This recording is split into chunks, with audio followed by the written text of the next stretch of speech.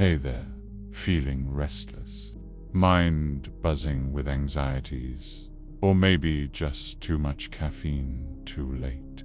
You clicked on the right thing. Welcome to boring facts about the Imperium of man to fall asleep to. That's the whole idea.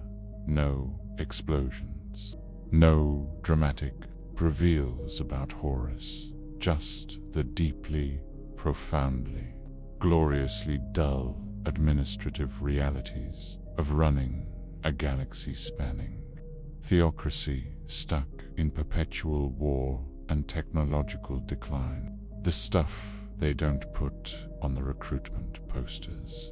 The paperwork, the logistics, the utterly forgettable minutiae. The goal is simple: lull you into blissful, ignorant slumber, free from thoughts of tyrannid, hive fleets, or your own to-do list. Okay, deep breath in.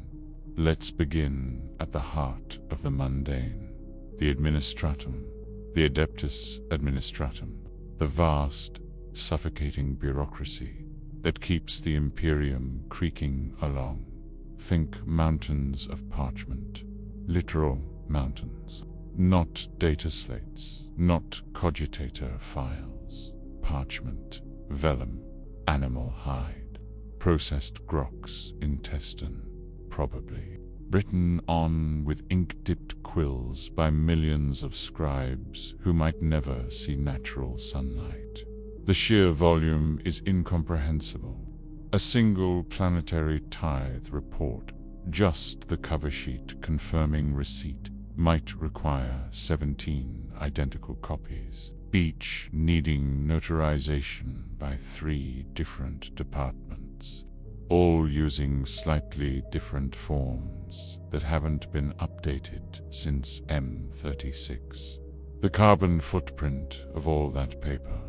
Well, let's not get into forestry policies on agri-worlds right now. Maybe later, if we're still awake now. Consider document storage. Terra alone has entire continents dedicated to archiving. Kilometer-high structures fill floor to impossibly high ceiling with stacks of documents. Finding a specific record, it could take centuries. Literally, there are cases documented somewhere in those stacks of a request for a planet's agricultural yield data from 150 years prior, finally being located about 300 years after the request was filed. By that point, the planet had been swallowed by a warp storm, declared exterminatus, resettled, and undergone 3 regime changes. The data was useless, but the form was stamped processed. That's what mattered. The process, and the classifications. Oh, the classifications. Nothing is simple. A standard form isn't just a form. It's a form, a 456 to 7b revised. But only after the form A 456 to 7a revised has been rejected for using the old type of ink, specified in Subdirective Gamma 9, Appendix 12, Footnote 3, which refers to a pigment source that went extinct on a mining world 800 years ago. So they use a substitute, which technically invalidates Form a 456 to 7b, revised, and requires Form a 4567c, provisional, pending review by a subcommittee that meets once every 50 Terran years. The form requesting that review, Form SCR-001, Alpha, quadruplicate, blue ink only, signed in blood. Sometimes, yes, but usually just read ink. Probably that then there's transit times. Sending a document from one desk to another in the same building complex might take weeks. Physical couriers carry them. No internal data nets for sensitive administrative work. Too much risk of scrap card corruption, or worse, efficiency. Imagine a junior clerk, probator, Felix Tertius, carrying a stack of requisition forms for new quill nibs. He walks down corridors lit by flickering lumiglobes, the air thick with dust and the smell of aged parchment and weak recart. He passes identical doors leading to identical offices filled with identical scribes scratching on identical forms. He takes a lift down 73 levels. He walks another kilometer. He waits 20 minutes for a senior clerk to initial a routing slip. Then he walks back, the nib requisition. That was just step 1 of 17, and it only took 3 days. That's considered prompt.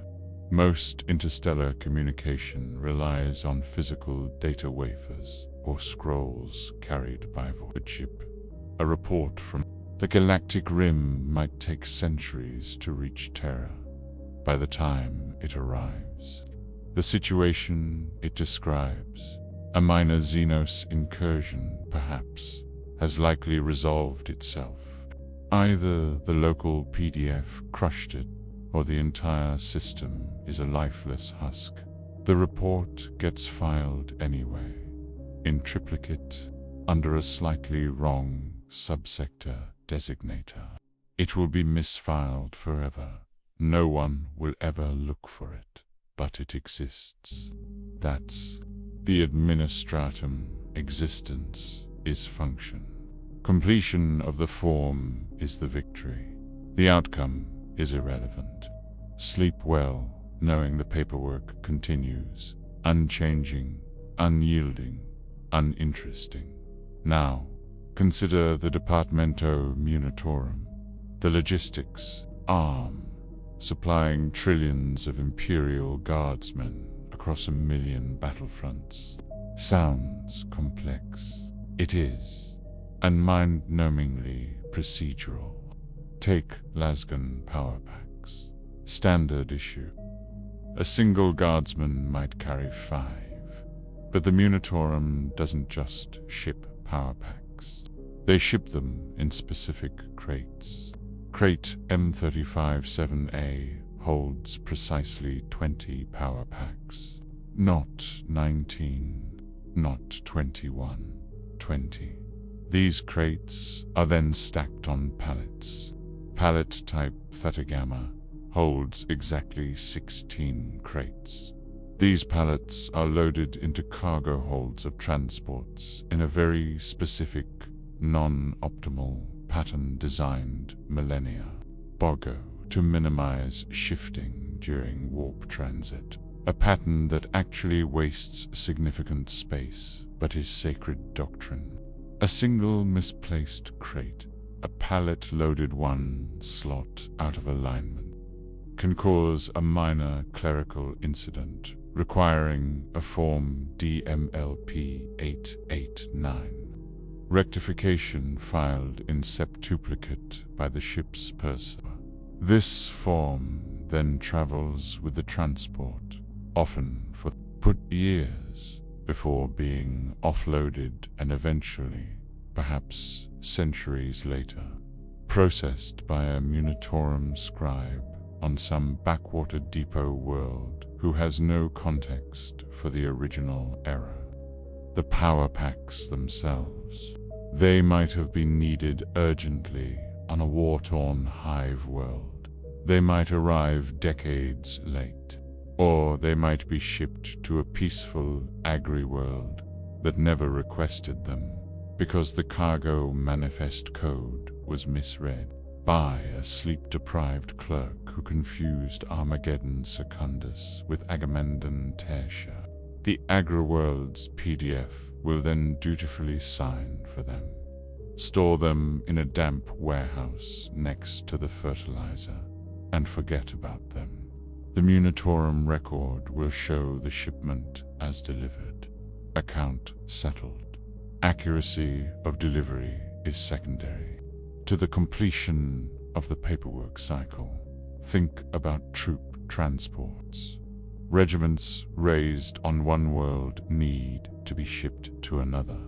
The Munitorum allocates transport capacity, not based on urgency necessarily, but on a Byzantine system of priority codes, tithe grades, and feudal obligations dating back to the Great Crusade. A high-priority regiment from a crucial Forge world might get moved swiftly. A low-priority penal legion from a backwater might wait in transit camps for years, even decades. The records of these waiting troops are updated quarterly on parchment. A clerk counts heads, or at least counts the number of gruel rations issued and notes any changes. Attrition due to gang warfare, 127. Attrition due to disease, 89. Attrition due to boredom, estimated high. This is dutifully recorded. The original regiment number and homeworld designation remain. Even if 90% of the original conscripts are dead and replaced by press-ganged locals or criminals scooped up en route, by the time they reach the front, the Valhallan 145th might contain no actual Valhallans. The Munitorum file doesn't reflect this. It reflects the assigned designation and the last recorded strength figure from the transit camp 3 years prior. When they disembark, the receiving Munitorum officer will sign for Valhallan 145th approx. 8,000 troops based solely on the manifest. The reality on the ground is irrelevant to the administrative loop. The manifest is signed. The transport captain can move on.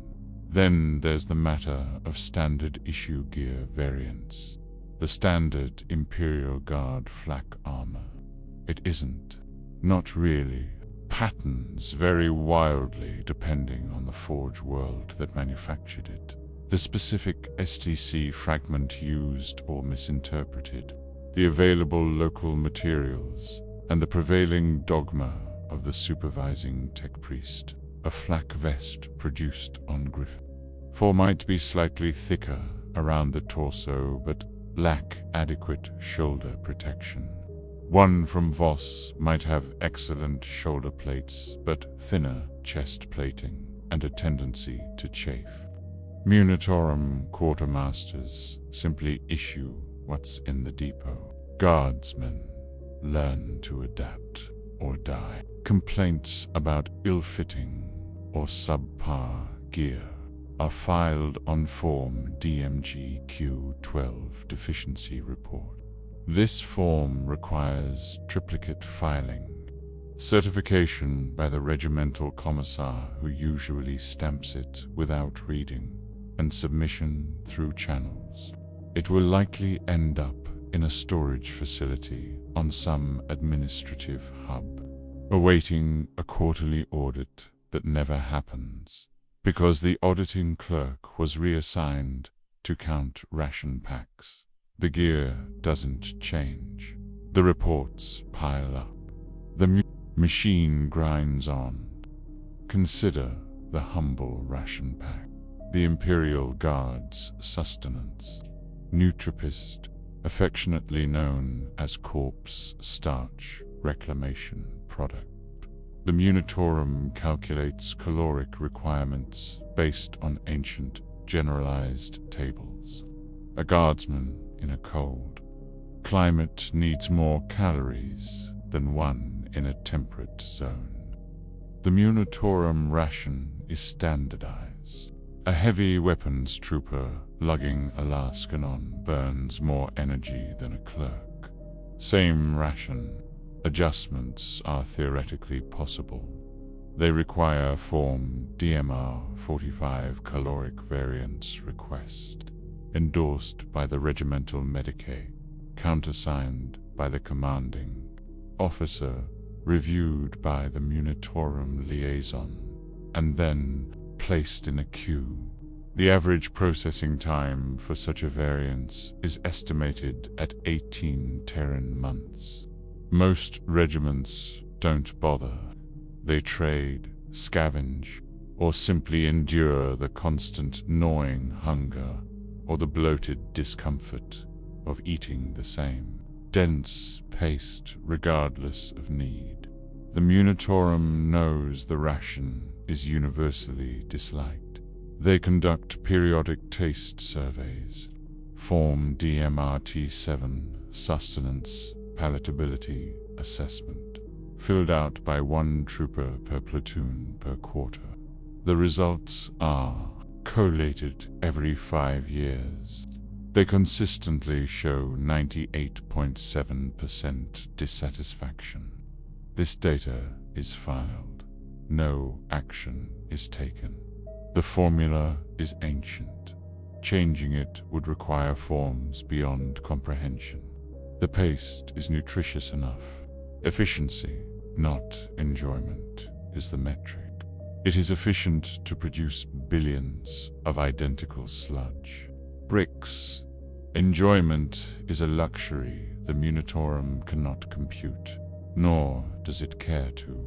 The survey exists because the form exists. The form is filled. The box is ticked. The system functions. Finally, the sheer tonnage of miscellaneous gear, beyond weapons, beyond rations, beyond armor, the things that get lost, shipped to the wrong war zone, forgotten in vast orbital storage silos. Think of the mountains of spare bootlaces for a pattern not used in 3 centuries. Crates of commissarial hat polish for fur hats, shipped to a desert world. Pallets of instructional pamphlets on fighting orcs, written in high Gothic, delivered to a feral world whose population speaks only grunts and clicks.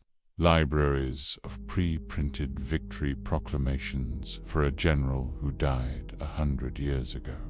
Entire holds of transport ships filled with nothing but standard issue mistins, slowly drifting in a graveyard orbit around a dead star. Their cargo manifest lost with the ship that brought them there. The Munitorum inventory systems track these items. Theoretically, the codes exist. The locations were recorded, but the scale is too vast. The bureaucracy too slow. These items become administrative ghosts. They exist on some ledger somewhere, consuming virtual space in a cogitator bank deep beneath Terra. But physically, they are inert, forgotten, rusting, a monument not to war, but to the sheer, overwhelming, stupefying weight of Imperial logistics. Each lost crate, each misplaced pallet, each obsolete pamphlet is a tiny, insignificant cog in a machine so large its own inertia is its primary defense against change, or even comprehension. It just is, dull, constant, unyielding, like the drone of a distant starship engine, or the scratch of a million quills on parchment forever. Now, let's turn to the Adeptus Ministorum, the Ecclesiarchy, the spiritual engine of the Imperium. Endless sermons, grand cathedrals, fervent processions, and beneath it all, a bedrock of profoundly tedious ritual administration. Consider the management of sacred relics, not the planet-shattering ones, but the minor ones. A splinter of bone from a lesser saint, a vial of dust from a shrine world, a thread from a banner touched by a living saint's aura 3 millennia ago. Each relic requires authentication. Form Ma. O1 Reliquary Provenance. Verification must be submitted in triplicate, accompanied by sworn affidavits from 3 senior priests. Form MA7. Notarized by an Ordo Hereticus. Representative Form ON44. And cross-referenced against the Central Archives on Terra. This process takes, on average, 87 Terran years. During this time, the relic sits in a climate-controlled stasis vault on a backwater cardinal world, guarded by 2 bored traitorous militia who spend their shifts polishing their lasguns and debating the merits of different recav blends.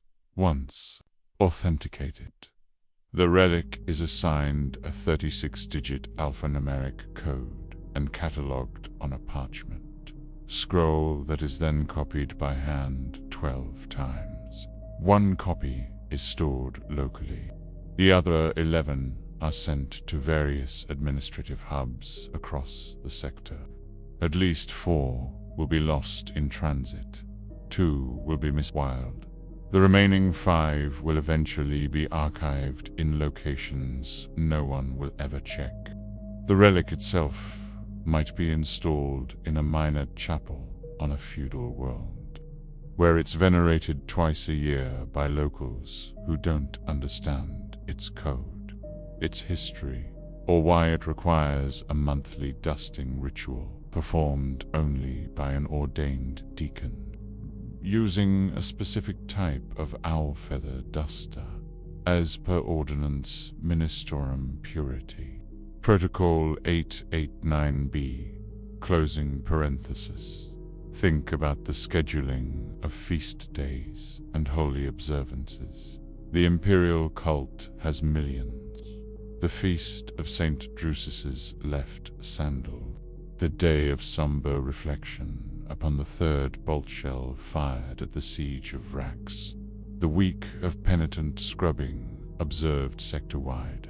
Each world, each diocese, has its own local variations and mandatory observances layered upon the galactic core calendar. Coordinating this is a nightmare of celestial mechanics and theological bureaucracy. A minor scribe in the office of sacred chronometry spends his entire career calculating the exact local solar noon for the feast of the Emperor's Ascension on a single agri-world, compensating for orbital eccentricities, axial tilt, and local daylight-saving customs instituted by a planetary governor 400 years prior. His calculation fills 17 parchment sheets with complex astrometric notations. It is checked by a senior chronomancer, rubber-stamped and filed. It ensures the agri-world's priests ring their bells at precisely the right moment. If they're off by more than 3.7 seconds, a Form MC66 chronometric deviation report must be filed. This rarely happens, not because they're always on time, but because no one cares enough to check. The bell rings. The form remains unfiled. The system endures through benign neglect. Consider the production of devotional materials, prayer pamphlets, hymn sheets, instructional scrolls on proper genuflection angles. These are printed in billions on dedicated Shrineforge worlds. The templates are ancient, carved onto massive lead plates. Changing a single word requires an edict from a conclave of cardinals, a process that can take centuries. A typo in a common prayer, Impora instead of Emperor, persisted in hymnals across the Scaris sector for 700 years, because the form requesting a correction, form MT8 typographical heresy suspecta, was stuck in a review queue, overseen by a senile archdeacon who believed correcting it would imply the emperor himself was fallible. Eventually, the plates wore down, and the error vanished naturally. No one noticed. The hymns continued. The new plates introduced a different typo 3 stanzas later. This one remains. Then there's the ecclesiarchies, vast real estate holdings, cathedrals, shrines, reliquary outposts, pilgrim hostels. Maintaining these is a logistical quagmire. A leaking roof on the Cathedral of St. Valeria, the patient on Hiveworld, Septimus Prime, requires a requisition for sacred sealant. Form MM01 minor edifice. Rectification must be submitted. It requires a detailed description of the leak, witnessed by 2 acolytes. Form MW3. An estimate from an approved ecclesiastical maintenance servitor, Form MS55, and approval from the local archdeacon, Form Energy. The sealant itself must be sourced from a specific manufacturer on Ophelia the 7th, blessed by a tech priest of the motive force, and transported via ecclesiastical courier ship. The time from leak discovery to repair, approximately 15 Terran years. During this time, the congregation worships under strategically placed buckets. The leak becomes a local tradition. Pilgrims are told it represents the tears of the emperor. A minor shrine springs up beneath the dampest spot. By the time the sealant arrives, the roof has developed 2 new leaks elsewhere. The process begins anew. The sealant is stored in a damp cellar and forgotten. Think about the training of priests. Schola Progenium graduates spend decades learning rote rituals, catechisms, and the correct inflection for 1,784 different hymns. Their final exam often involves transcribing a 500-page volume of sermons by Cardinal Temps in High Gothic, using only a quill pen and unblinking concentration. One mistake, a blot, a missed serif, means starting over. Some acolytes spend years on a single manuscript. Their lives are measured in inkpots and parchment sheets. Graduation involves presenting the perfect manuscript, which is then ritually burnt as an offering to the emperor. All that work reduced to sacred ash in seconds. The priest never sees it again. Blesson, obedience, precision, and the utter disposability of individual effort in the face of eternal dogma. The ashes are swept up by a lowly servitor and deposited in a reliquary urn labeled Sacred Residue, Liturgical Origin, Do Not Disturb. It sits on a shelf for millennia. Finally, pilgrim management.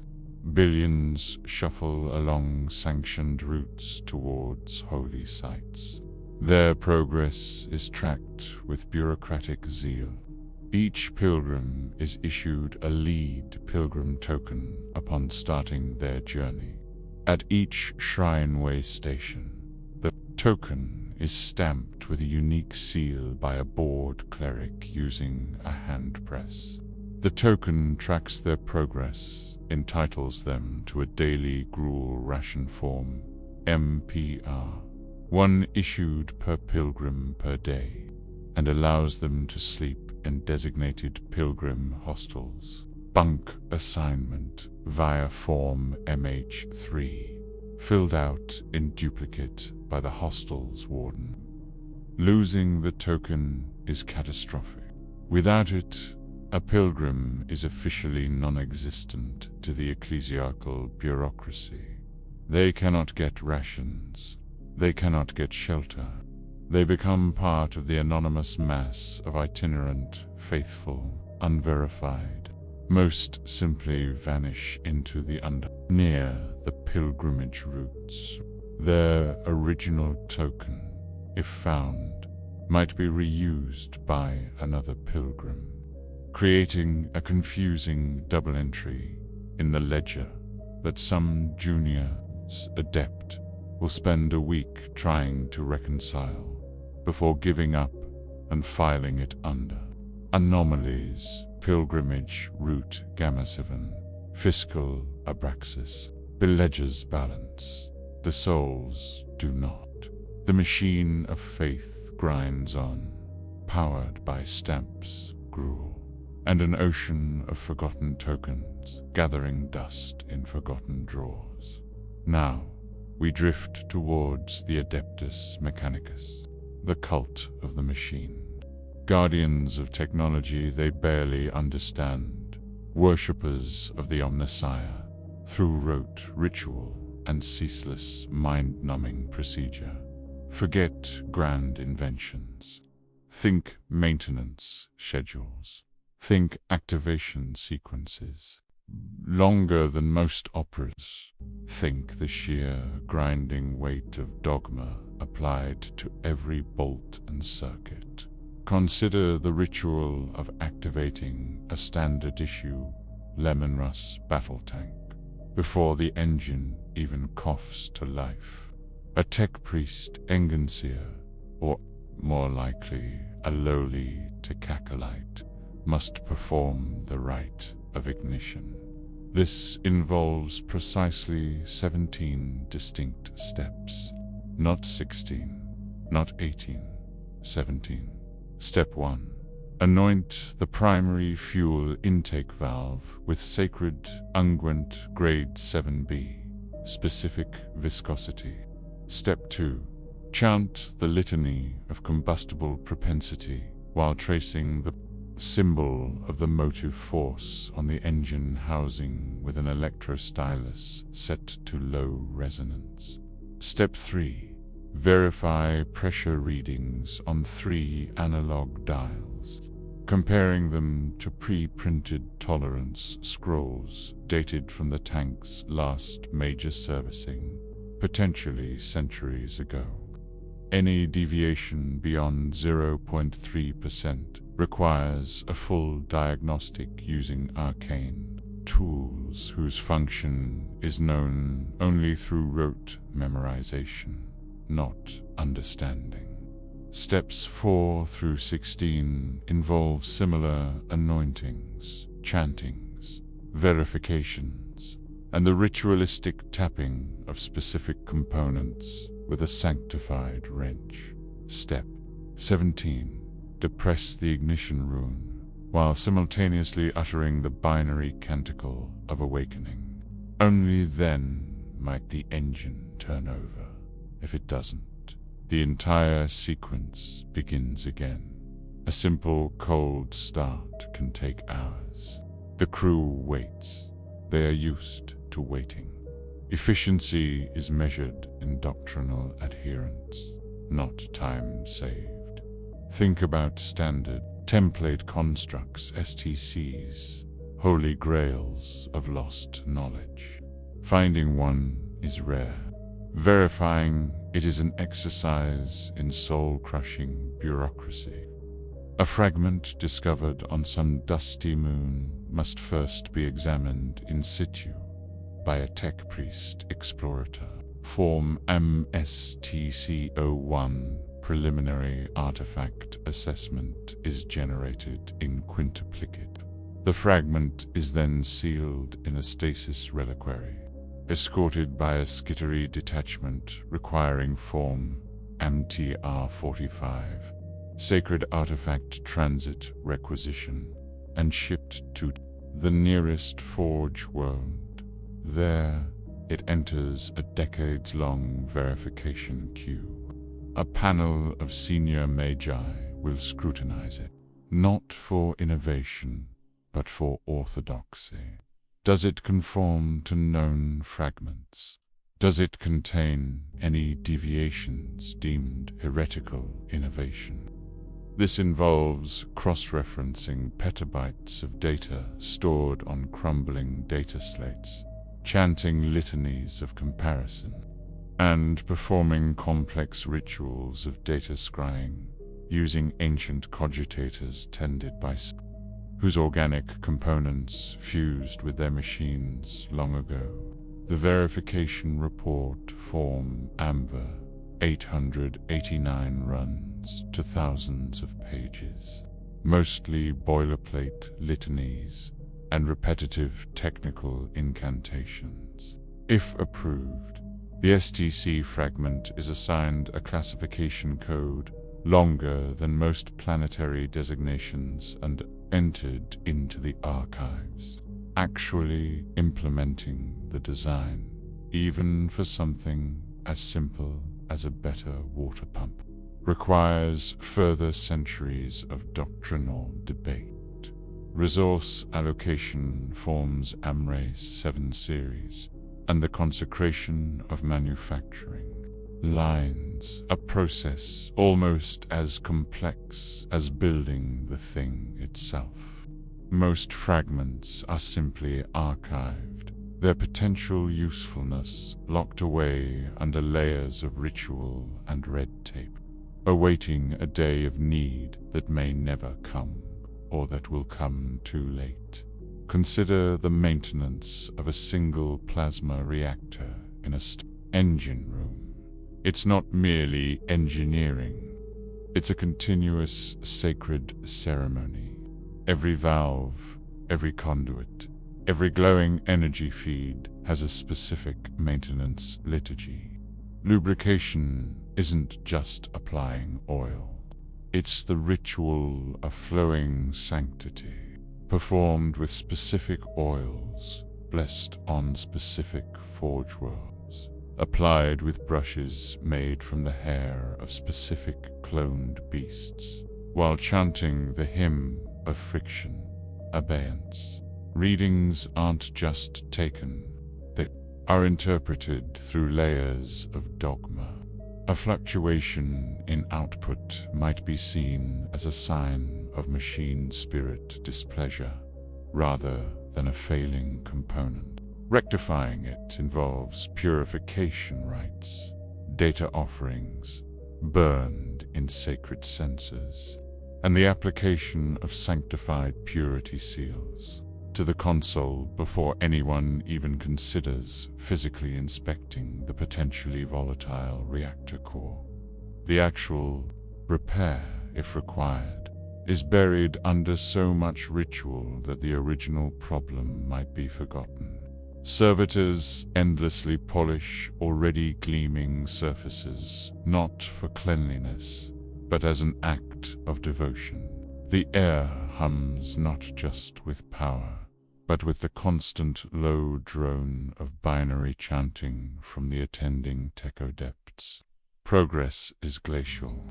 Stability is maintained through ceaseless, unthinking repetition of actions whose original purpose is lost, place by the comforting certainty of ritual. Think about the acquisition of basic materials. A forge world needs plasteel, not just any plasteel. Plasteel manufactured to the exact specifications laid down in STC Fragment Gamma 75, subsection 45, paragraph 12. The mining world supplying the ore must use approved extraction techniques, rite of subterranean harvest. The smelting must occur on orbital platforms consecrated to the forge god Vulcan. The molecular alignment must be verified by tech priests using resonance scanners, calibrated against a sacred reference ingot kept on Mars. A single batch failing the resonance test by 0.05% triggers a full investigation. Forms MQC-12 quality. Contrition and ammo are 8 or repentance are initiated. The entire batch might be ejected into the nearest star as an offering, regardless of need or cost, because the doctrine is absolute. The material was impure. The ritual was compromised. Better 1,000,000 tons of wasted plasteel than a single gram of doctrinal deviation. The mining world will be fined Form Amtith Penalty 3 and required to submit additional purity oaths. Form Ampo 7 for the next decade. Production slows. Ships wait for hull plating. The Imperium feels the delay in 1,000 unseen ways, but the purity of the plasteel is assured, on paper and parchment, and etched onto sacred alloy tablets. Then there's the matter of the Martian archives. Deep beneath the red planet, in vaults shielded by layers of void shields and dogma, lies the sum total of the Mechanicus's hoarded knowledge. Accessing it is nearly impossible.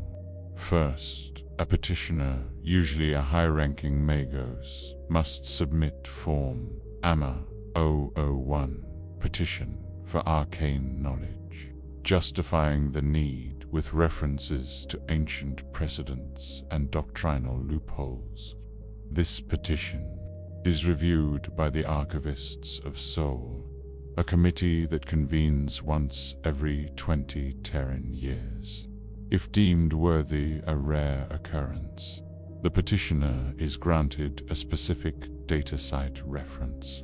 They then travel to Mars, a journey that itself can take years. Upon arrival, they undergo weeks of purification, rituals, and doctrinal examinations. Finally, escorted by vigilant skittery and service calls, they are led deep into the archives. They don't browse. They are taken to one specific terminal, linked to one specific data stack. They input the exact site. The machine whirs. Lights flicker. After several hours, a single data slate might extrude, containing the requested information, perhaps the schematics for a specific type of bolt shell casing used in M32, or the atmospheric composition tolerance for a long-extinct pattern of servitor. The petitioner copies it by hand onto sanctioned parchment. The original slate is reabsorbed. The knowledge remains locked away. The process to gain a single, often trivial piece of information can take a lifetime. Countless Magos die waiting for their petition to be reviewed, or during the journey, their quest for knowledge eternally unfulfilled, their forms eternally pending. The archives grow vaster, more impenetrable, a monument not to understanding, but to the sheer, inert weight of accumulated, inaccessible data. The scratching of quills on parchment in the administratum finds its echo here in the worry of dormant cogitators and the slow, grinding tread of archivists moving through endless, silent stacks of forgotten lore. Now, let's settle into the vast, echoing halls of the Astra Militarum, the Imperial Guard, not the glorious charges or heroic last stands. The paperwork, the waiting, the sheer, numbing weight of 1,000,000 identical lives, bound by regulations. older than most stars. Consider the process of raising a new regiment. A planetary governor receives the tithe demand. Provide 1 regiment. Standard template, 8,000 souls. The governor's scribes consult ancient ledgers. Which demographic segment is currently least productive or most troublesome? Underhive gangers, debt-ridden agricultural workers, political dissidents. The choice is made. Recruitment notices, printed, buy on cheap, flimsy, appear overnight. Conscripts are herded into processing centers. Here begins the tedium. Each recruit is assigned a 24-digit alphanumeric identifier tattooed onto their forearm. They fill out Form AMA 001 conscript data slate. Name, if known. Planet of origin. Approximate age. Notable physical deformities cross-referenced with Form AMM 7. Medicaid pre-screening waiver. Fingerprints are taken. Ink and parchment. 5 copies. A blurry pict capture is stored on a fragile crystal wafer. This data is collated into the Regimental Ledger Master Volume Alpha, a tome so heavy it requires a servitor to lift. Copies are sent to the Departamento Munitorum, often arriving years after the regiment has been deployed. The recruits themselves, they are now a number. Their individual identities dissolve into the mass. They train with lasguns that may or may not fire. Wearing ill-fitting uniforms, dyed a shade of olive drab, specified in a Munitorum directive from M38, based on a lichen that went extinct millennia ago. Think about garrison duty. Not every guardsman sees constant combat. Millions spend decades, even lifetimes, stationed on strategic worlds, dusty rocks, fog-shrouded moors, ice-locked outposts of negligible importance. Their purpose, to be there, just in case. Routine is king. 5 o'clock, Terran Standard. Stale ration brick consumed in silence. 6 o'clock, parade ground drill. Marching in squares. Practicing lasgun drills with unpowered weapons. The same motions, day after day. 8 o'clock, equipment maintenance. Polishing boots to a regulation sheen, specification AMG 45. Toe cap reflectivity index. Scrubbing mess tins with sand and recapped dregs. Checking and rechecking the same 10 rounds. Buy of ammunition. 12 o'clock, ration brick.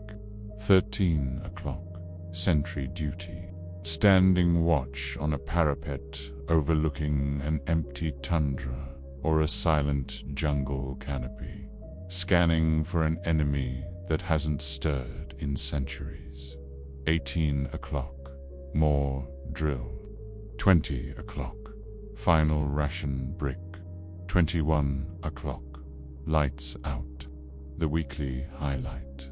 A 3-hour sermon, broadcast over crackling voxcasters, about the glory of duty and the perfidy of Xenos, delivered by a commissar no one has ever seen in person.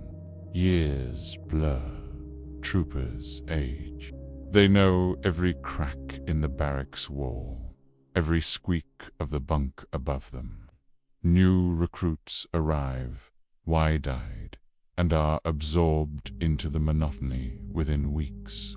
The only changes are the names on the duty rosters and the slowly accumulating dust on the unused heavy weapons platforms. Consider the promotion system.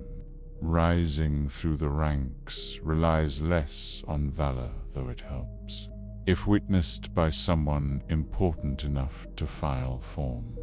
MC-12, commendation for gallantry, verified, and more on bureaucratic inertia and survival. When a sergeant dies, form MD-7, casualty report, non-commissioned officer. The position must be filled. The platoon commander, Lieutenant Varys, consults the seniority roster, updated monthly on parchment. Corporal Greel has served 22 years.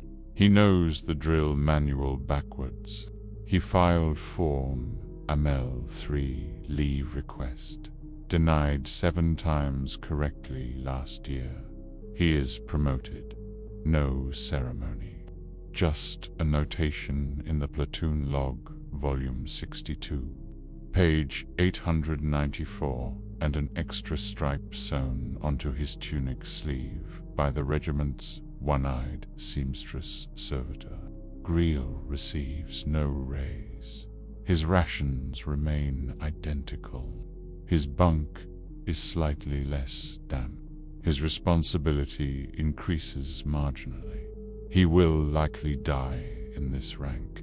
Becoming an officer requires a commission, usually bought by off-world nobility for their disappointing third sons, processed through form AMCO-1 commission purchase authorization, reviewed by a munitorum tribunal that meets biannually.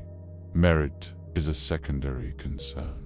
Paperwork and pedigree are paramount. Think about the staggering variety of regiment types, each with its own mountain of specialized, often contradictory regulations.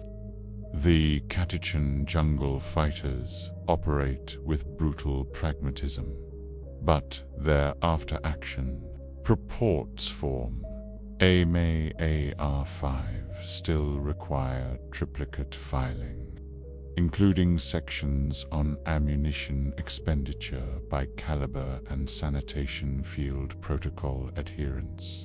Fields largely left blank or filled with obscene doodles. The Mordian Iron Guard, obsessed with parade ground perfection. File form AMU 889 uniform discrepancy report for a single misaligned button, leading to hours of corrective starching and polishing. The Valhallan Ice Warriors must submit form one extreme cold gear integrity certification daily for every trooper, a task consuming hundreds of man-hours, better spent avoiding frostbite. The Talon Desert Raiders navigate by stars and intuition, yet are required to file complex navigational logs, form Ammon AV7, using sextants they don't understand, charting courses across deserts that shift overnight. The bureaucracy attempts to force the galaxy's infinite variety into standardized boxes, creating friction and wasted effort at every turn. The forms are filled, the system staggers forward. Then there's the fate of lost regiments. Warp travel is fickle. A regiment embarks on a troop ship bound for the Spinward Front. The ship vanishes. Is it destroyed? Delayed centuries. Stranded in a hostile dimension. The Munitorum doesn't know. It files form Amir, 1 regiment missing in action. Presumed, this form sits in a pending queue for 50 Terran years. Period. If no contact is re-established, verified by form Amar C1, resurrection of missing asset denied. The regiment is officially classified as destroyed, circumstances unknown. Its number is retired, sometimes, occasionally, decades or centuries later. The regiment emerges from the warp. They report to the nearest imperial authority, expecting to relieve a siege that ended generations ago. The munitorum is flummoxed. The regiment's number might have been reassigned. Their homeworld might be a radioactive wasteland. Their doctrine and equipment are hopelessly outdated. The bureaucratic nightmare begins anew. Form Emry 1 Regiment. Re-emergence verification clashes with existing records. Supply chains scramble to provide archaic Lasgan power packs. Confused Munitorum adepts try to process pay records for soldiers long declared dead. The regiment is often hastily redeployed to a fresh war zone, a historical curiosity pressed back into the grinder, their paperwork trailing behind them like a comet's tail of administrative confusion. Most simply vanish again, swallowed by the Imperium's indifference. Finally, contemplate the humble Lasgan. Put the standard weapon. Billions exist. Each one, upon manufacture, is stamped with a unique alphanumeric identifier and a Forge World mark. Each one is logged form MW1, weapon issuance log, when assigned to a trooper. When that trooper dies, the Lasgan is theoretically recovered, inspected for functionality form AMWM7, weapon maintenance check, and reissued. The cycle repeats. Over centuries, a single Lasgan might serve hundreds of troopers across a dozen regiments. Its serial number is dutifully recorded each time. Its history, the battles it witnessed, the hands that held it, is lost. It's just another object in the endless cycle of imperial war. Bile in vast armories on depots light years from any front. Rows upon rows of identical lasguns sit on racks, cleaned, oiled, and waiting. Their serial numbers are recorded in ledgers no one will read. They wait for hands that may never come, for a war that might bypass them entirely. They are monuments to standardization, to the reduction of the individual to a replaceable component, and to the crushing, silent weight of imperial logistics. They wait, just like the scribe, the quartermaster, the garrison trooper on his windswept parapet, waiting, maintaining, existing within the machine. The dull thrum of the void ship engine, the scratch of the quill, the silent vigil of the Lasgan in its rack, sleep. Shifting focus now, let's consider the Adeptus Arbits, the Imperium's enforcers, not the flashy witch hunters or the secretive inquisitors, but the day-to-day grind of maintaining order through an avalanche of regulations as dense as neutron star matter.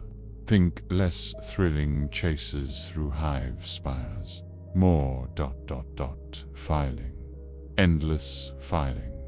Take the standard infraction. A hive worker, Jock's grubber, is caught diverting a half-liter of coolant sludge from his assigned manufacturum pipe. This isn't heroism. This is Form AIV7D, petty theft of regulated industrial fluids, Class 3B, non-hazardous. The arresting Arbeits Probiter, a weary individual named Vorst, doesn't draw his shock more. He draws his autoquill. Jock's is processed. His ident tattoo scanned, logged on Form AIID1. His tenement block recorded cross-referenced with Sector Habitation Registry Volume 789, subsection Gamma. The exact volume of sludge estimated by a disinterested servitor with a calibrated beaker form. AIV 4. Evidence Volume Verification. Witness statements. Optional, unless the stolen fluid was Class 2 or above. Jox's mumbled confession is recorded verbatim on parchment scrap, then transcribed onto Form AIC3 confession, verified by probator presence. The entire process takes 4 hours. The punishment, standardized, 5 years hard labor in the local penal refinery. Not because it fits the crime, but because Penalty Schedule Gamma-7, subsection Fluids, Industrial Non-Hazardous, dictates, bit, the paperwork justifying the sentence, Form AIS 12. Sentencing. Mandate, standardized schedule application takes longer to complete than Jox's trial, which consisted of Vorst reading the charge and stamping guilty. Schedule applied. The appeal process exists. Form A. Arja. 1 appeal for leniency.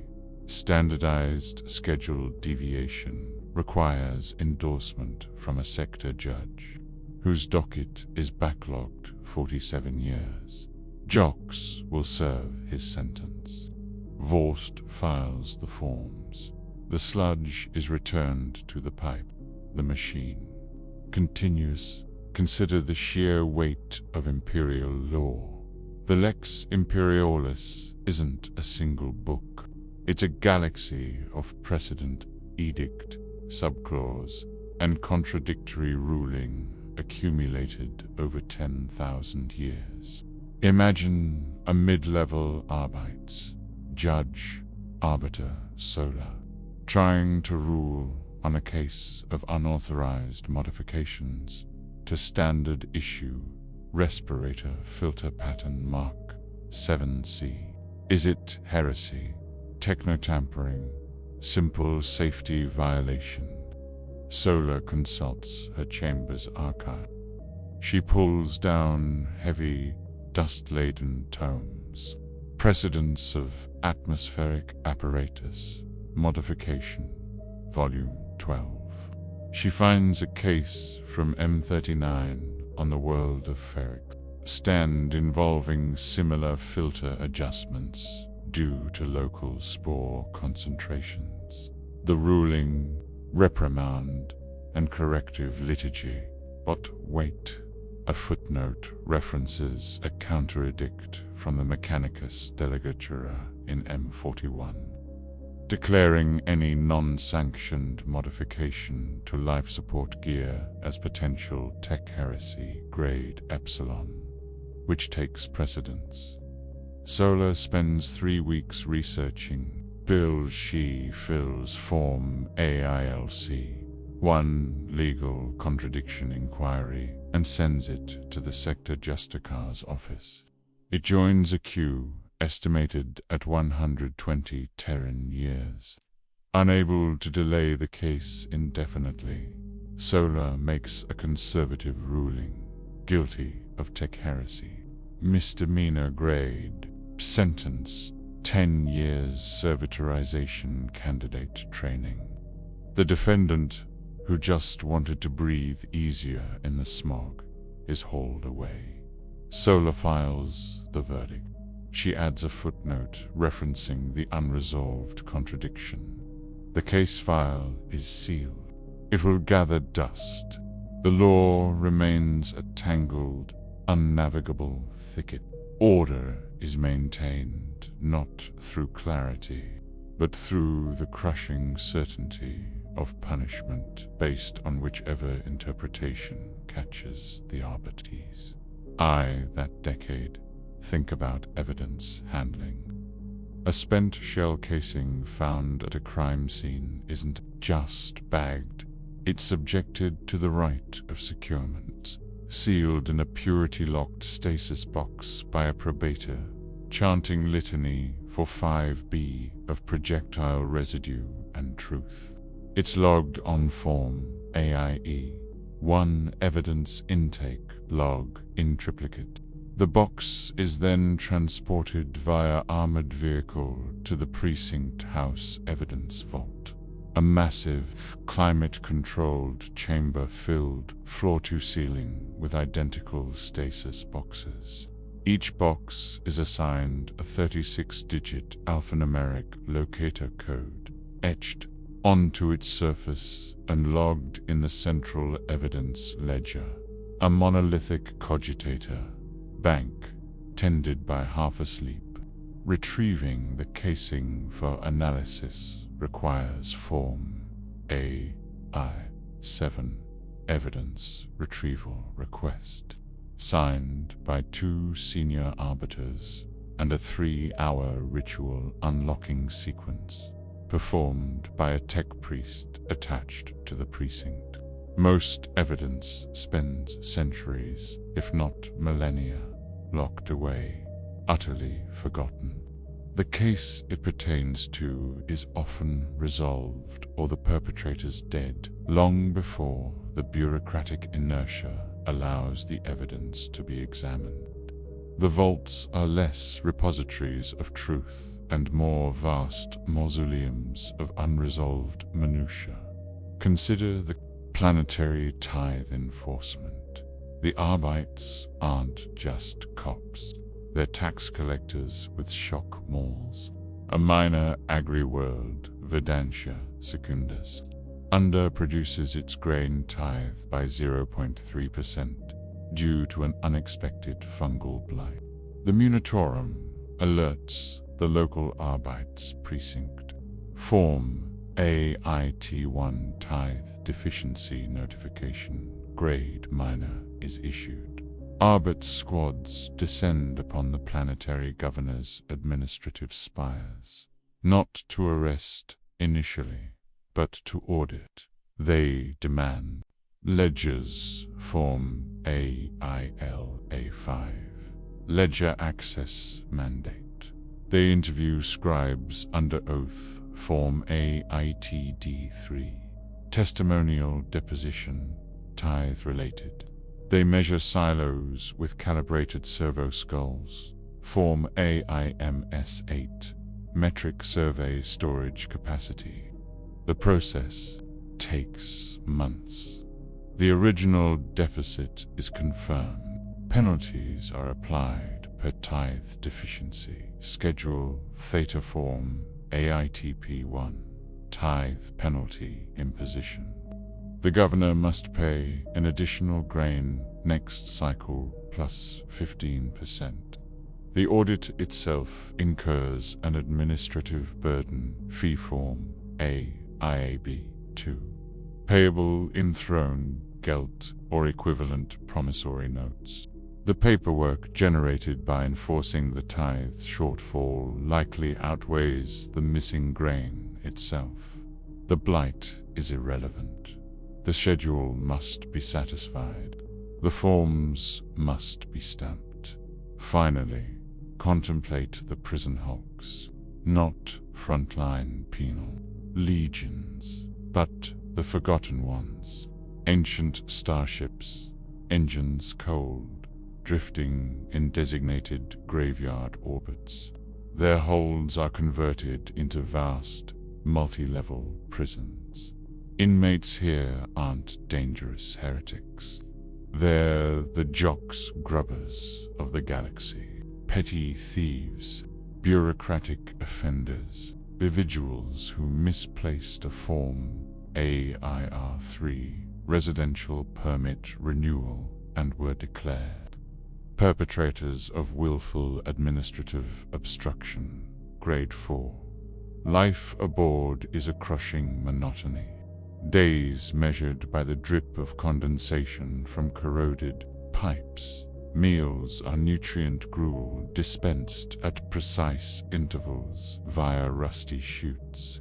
Exercise is shuffling in circles in a designated cargo bay for 1 hour daily, overseen by an auto-sentinel programmed for minimal interaction. Rehabilitation is non-existent. Release is unlikely. Records get lost. Sentences expire, but without the correct form, AIF, are one final release certification, signed by a planetary judge who might be dead or transferred. The inmates remained new overseers, arriving on decrepit transport shuttles every decade. Simply assume everyone belongs there. They count heads against a faded manifest form, AIM 1. Prison Hulk Population Manifest Quarterly. Note the discrepancies: attrition, natural causes estimated, and file it. The Hulk drifts. The lights flicker. The inmates stare at the sane-stained bulkheads. The Imperium forgets. The law, in its sheer, inert weight, has ground them into nothing more than a statistic on a quarterly form, lost in the void between stars and sanity. The slow, cold silence of the prison hulk is the ultimate expression of imperial bureaucracy, a place where time, purpose, and hope are suspended, preserved in amber, and filed away forever. Now, let's descend to the planetary level. The Adeptus has grip on 1,000,000 worlds, not through thunderous edicts, but through the slow, sedimentary accumulation of routine, tradition, and utterly forgettable procedure. Consider the average feudal world. Compliance is measured not in battle fleets, but in biannual tithe shipments of grain or manpower. The local ruler, perhaps styled king or high chieftain, understands little of the Imperium beyond the looming silhouette of the tithe collector's void ship in the sky. Every 50 Terran years, the collector, a lowly administratum factor named Lemuel Gorth, doesn't conquer. He audits. His arrival triggers a planetary ritual older than his great-grandfather.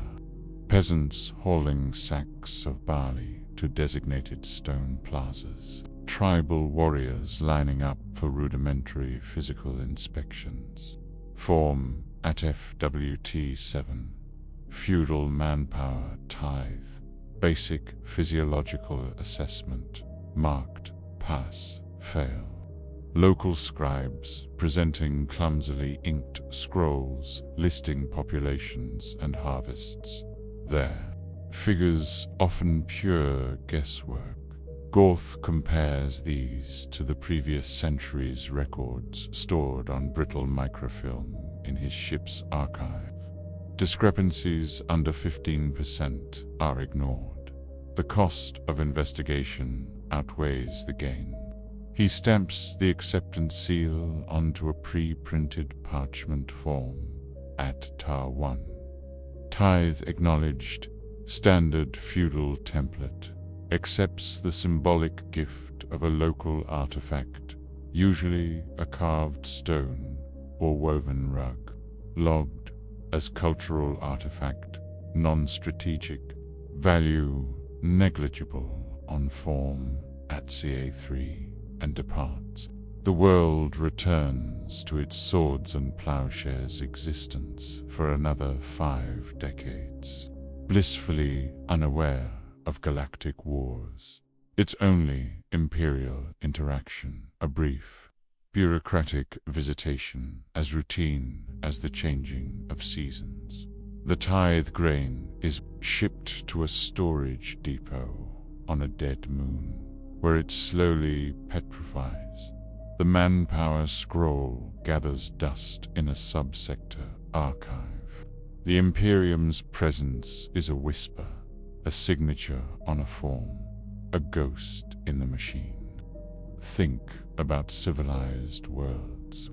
Here the bureaucracy takes root, a pale shadow of terrors, but infinitely more complex to the locals. Take infrastructure. Repaving a major thoroughfare in Hive City Primus requires not engineers, but Form PWI 45 Public Works Initiative. Surface. Transportation Grade 3 must be submitted to the Planetary Governor's Office of Civic Amenities, Subdepartment Gamasep. It requires impact assessments, Form EI 8R1. Environmental impact assessment, traffic rerouting, theoretical, budget requisitions, cross-referenced against the Planetary Tithe Reserve. Form FAR 889, fiscal requisition, sub-sovereign level, and approval from the Adeptus Arbites precinct to ensure the new route doesn't violate ancient traffic flow ordinances. Ordinance 78.345b. Thoroughfare sanctity. Preem 35 alignment. The process takes 17 Terran years. By the time approval is granted, the original road has subsided into a toxic sinkhole.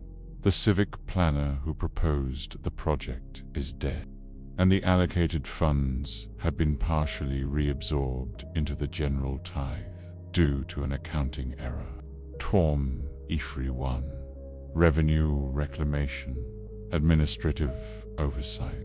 The project is quietly shelved. Citizens navigate the crater. Forms are filed to acknowledge the shelving. Form PWS 1. Project suspension indefinite. The cycle begins anew elsewhere. Progress is measured in the accumulation of unresolved case files. Consider the planetary governor's daily existence. Lord Scepter hacks a Viridian 4 doesn't wage war. He presides over ritual. His morning begins not with strategy, but with signing. A servo skull presents a stack of pre-approved forms. Trade permits for intrasystem haulers, Form GTP-7B. Birth registrations for noble houses, Form CB. R1. Aristocratic. Death certificates for minor officials, Form CDC3. Standard. He plies his genetic signature stamp, a complex biolock keyed to his DNA without reading the contents. His staff ensure only the essential pre-vetted documents reach him. His real power lies in not provoking the Adeptus Terror. He hosts the annual Emperor's Ascension Week celebrations, a rigidly choreographed sequence of parades, sermons, and public feasts. Gruel dispensers opened for an hour. He ensures the tithe ships depart on time, even if it means emptying grain silos needed for the next season. His greatest fear isn't Xenos invasion, but an administratum audit form, ATA 001. Planetary Governance Compliance Review.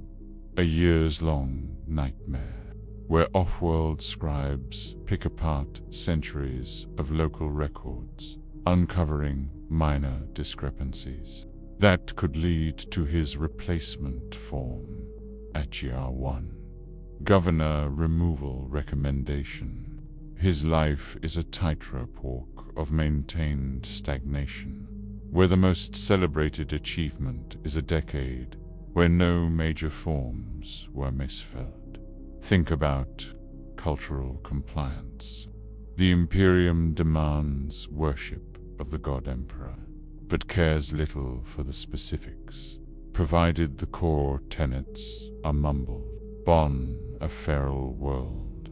This might involve tribes painting aquillas on their shields and sacrificing local beasts to the Sky Father Emperor instead of their old sun god.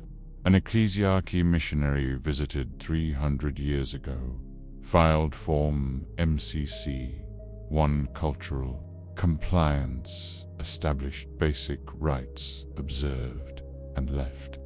As long as the tithe of furs or strong tribesman arrives, no one cares if they also worship the giant mushrooms in the sacred grove.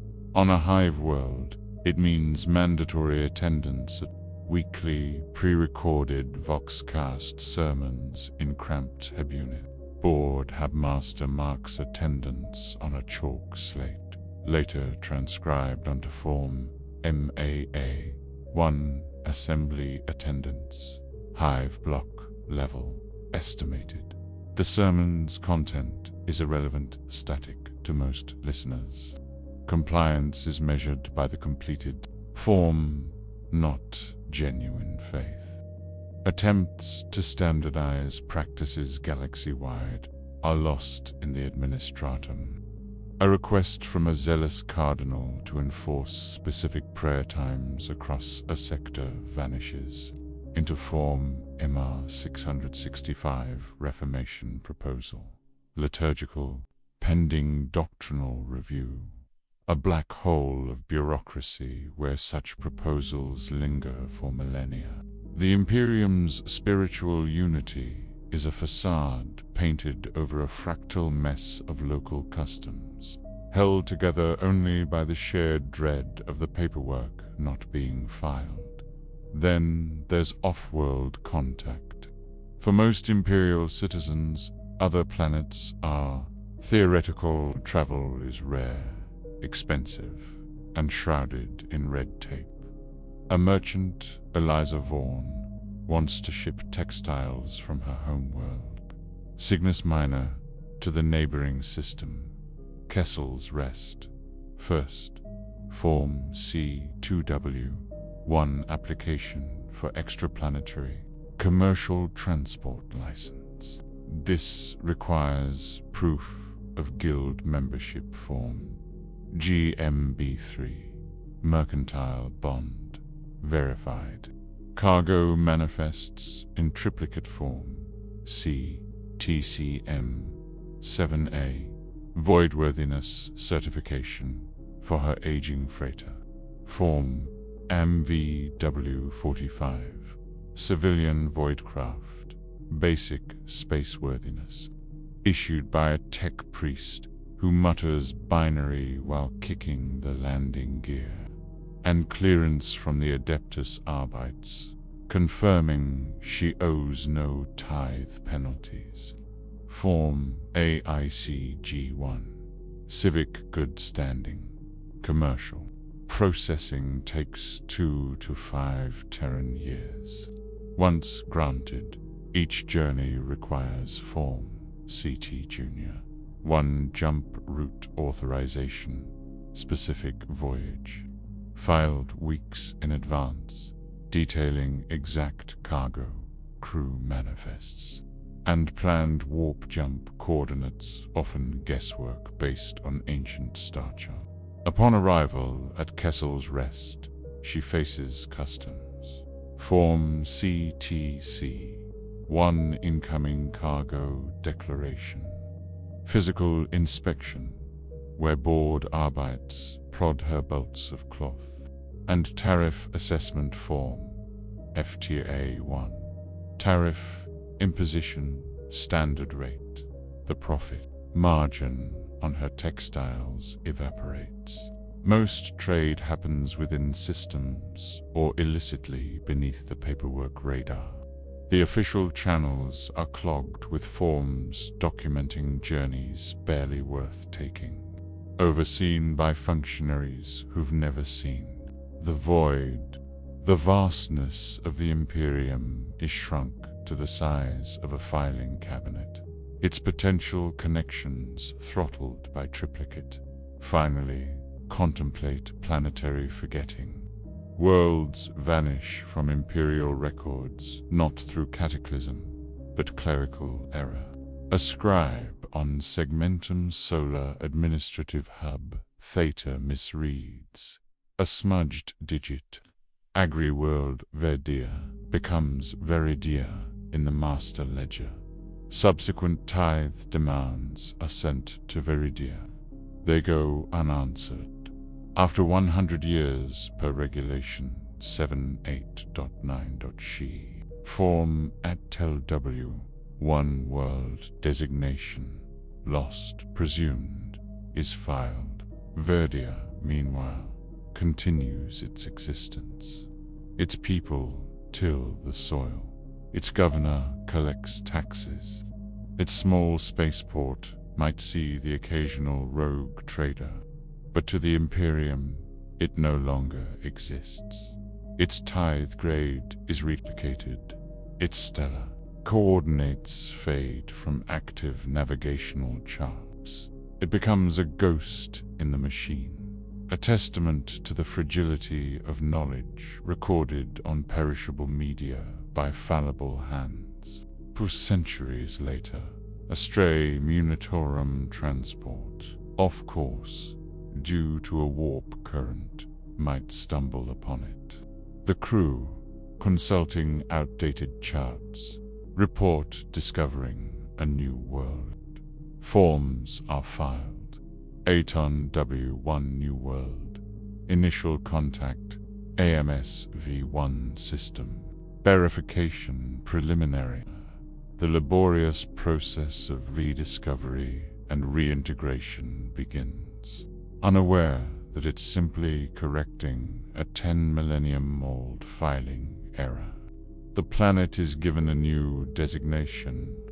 The old records for Verdia remain, gathering dust in a forgotten archive stack on Terra.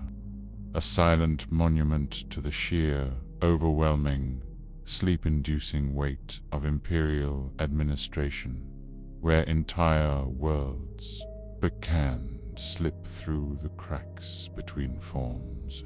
The drone of the void, the rustle of parchment, the slow blink of a data slate screen going dark. Rest. Let's contemplate the Adeptus Astra Telepathica, not the soul-shattering battles against demons in the warp, but the crushing, mundane reality of processing psychos. Billions are born across the Imperium every generation. Most are weak, barely a flicker. Yet each one represents a potential gateway for hell, demanding bureaucratic containment. The process begins locally, on a hive world, under hive scanners crude, wheezing machines tended by half-blind adepts, periodically sweep hub blocks for psychic resonance. A faint blip, form at PD, 1 psycho detection, low-grade, suspect identified, is generated. Enforcers clad in crude, side-dampening gear, mostly lined aprons, apprehend a terrified teenager, Jox Maya. No grand trial, just form at PP. 1 Psycho. Processing intake. His ident tattoo scanned. His meager belongings catalogued. Form at Pay 1. Personal effects designation. Destroy upon transit. He's sedated with standardized neurochems batch number 78, Kappa 45. Logged on form at M7. Medical sedation. Psycho-transport protocol. Loaded onto a windowless, armored Arvis lighter and ferried to the system's black ship collection point. The black ships themselves are less sinister dreadnoughts, more administrative processing centers adrift in the void. Jox awakens in a featureless cell. Days blur into weeks of standardized testing. Not flashy displays of power, but tedious measurements. Form at PT3 psychometric threshold. Thermal variance. Records minute temperature changes near his head. Form APT7 psychokinetic potential. Microgram displacement tracks if he can nudge a dust mote under controlled duress. Form APT12 empathic resonance. Baseline stress response. Measures his sweat output while listening to pre-recorded screams. His entire being is reduced to columns on parchment. He is classified C-Level Gamma-. Utility negligible. Risk low moderate. This classification, stamped onto form at PF1 Psycho final assessment and disposition, seals his fate. He will not be trained. He will not fight. He is destined for the Golden Throne. His transit to Terra is logged form at TT1. Transit to Terra, Psycho Chattel. A line item on a cargo manifest nestled between spare plasma coils and dehydrated corpse starch. His life, his fear, his faint spark, quantified, categorized, and filed away. On Terra, he joins the daily procession of thousands, fed into the soul furnace. His only administrative legacy, a line in the Adeptus Astronomicus weekly intake log. Gamma-1,247 units processed. Consider the navigator houses. Not the flamboyant, mutant aristocracy steering ships through hell, but the crushing weight of dynastic record-keeping. Each navigator's third eye activation, marriage, breeding contract, and confirmed mutation. Price meticulously documented. Form NHA1 activation of warp gaze. Verified requires genetic samples from the navigator and 3 witnesses. A navigator marrying outside their sanctioned breeding alliance. That triggers form in HBC 1 breach of contract, matrimonial penalty assessment, demanding centuries of tithed warp crystals or service obligations. Tracking the complex millennia-old web of lineage is the life's work of thousands of house scribes. Genealogical tomes the size of small starships fill archive vaults. Disputes over inheritance of a single, slightly faster warp skipper vessel can generate enough parchment form NHLD1 lineage. Dispute asset frozen pending review to deforest a continent. The navigators themselves may soar through the but their foundations are sunk deep in the molasses of hereditary bureaucracy. A navigator princeps might spend more time reviewing form NHE1 expenditure, exotic sustenance, AMASEC grade 4, for his household's liquor consumption than actually plotting courses. Think about the scholar, the orphanages creating the Imperium's elite. Forget commissar cadets barking orders. Picture the silent dormitories.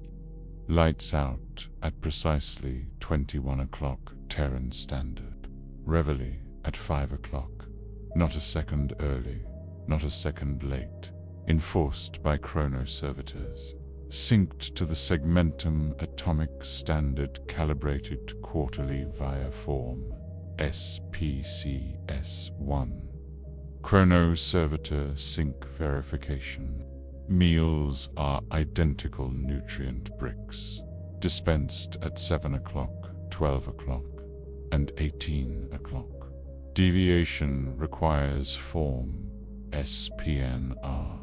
1 nutritional requirement variance, Medicaid certified, which is almost never granted. The curriculum is rote memorization. Cadets spend years copying the uplifting primer word ford onto parchment. Form SPCW1, calligraphy work, assessment, adequate, inadequate. A single ink blot means redoing the entire page. History lessons, bar lists of battle names and dates, devoid of context or meaning. Regurgitated verbatim on Form SPH1, historical awareness, standardized test. Creativity is suppressed. Initiative is channeled solely into understanding which form to use for reporting a broken limoglobe. Form SPM R1, minor repairs. Habitation unit Gamma 7, limoglobe number 45, fitting type Delta. The goal isn't education. It's imprinting absolute conformity. The understanding that existence is defined by schedules, rules, and the correct completion of forms. The most successful graduates aren't the boldest, but those who can file Form SPG R1 graduation request, triplicate without a single error. Now, ponder the departamento exacta, the tax collectors, not battling smugglers, but auditing, endlessly auditing. A minor merchant on a civilized world, Elias Thorne, sells imported recaf beans. The department exacta adept, a gaunt individual named Crawl, arrives unannounced, not with enforcers, but with data slates and order quills. He demands 5 Terran years of sales ledger. Form DA1, audit initiation. Mercantile Class 4 is presented. Crawl spends weeks cross-referencing Ilias's handwritten books. Form DLV1, ledger. Verification manual transcription required against planetary import manifests. Form CTIC1, accessed via painfully slow cogitator terminal. He finds a discrepancy. Elias imported 10,001 kilograms of beans in M41.999, but only declared sales equivalent to 9,997 kilograms. Where are the missing 4 kilograms? Elias stammers. Spoilage, spillage, clerical error. Crawl is unmoved. Form DDN1 discrepancy notice, minor mass variance, is issued. Penalties are calculated using tithe code subsection 45.gamma.III. Form DPC1, penalty calculation, standardized schedule. The fine is trivial. The paperwork generated, the forms justifying the audit, documenting the discrepancy, calculating the fine, issuing the payment demand form, DI PN1, Imperial penalty notice, final, and recording its eventual payment. Form DPR1, payment received, verified, outweighs the missing beans by several orders of magnitude. Elias pays, seething. Crawl files the final forms, his expression one of profound boredom. The galaxy's wealth is siphoned not by dramatic heists, but by the drip of a million minor audits, each meticulously documented, each contributing a single grain of sand to the desert of imperial revenue. The thrill of the hunt is replaced by the satisfaction of a perfectly balanced column of figures. Finally, consider the librarians of terror, not warriors battling psychic horrors, but archivists drowning in knowledge no one seeks. Deep within the imperial palace complex, beyond the public halls, exist vaults no human has entered in millennia. Here, servo skulls flit through canyon-like shelves stacked with data crystals, parchment scrolls, and stone tablets. Their task, not understanding, but preserving. A single half-functional servitor, designated Archivist Unit 889 Gamma, spends its existence slowly transcribing crumbling agricultural yield reports from the age of apostasy onto fresh parchment form. Loti 1. Transcription completed. Source degradation mitigated. It doesn't know what the reports say. It doesn't care. Its programming is clear. Copy the symbols. Preserve the data. The parchment is then sealed in a stasis capsule, labeled with a 50-digit code, and stored in another vault deeper still. New knowledge arrives constantly. Battle reports from distant wars, planetary surveys, minor administratum directives, all logged form. Lower 1. Acquisition log standard, assigned indecipherable codes, and filed away. Requests for specific information, rare, processing them. Glacial, form, law, 1, research request, tier I, authorization required. Needs approval from a master librarian who hasn't been seen in centuries.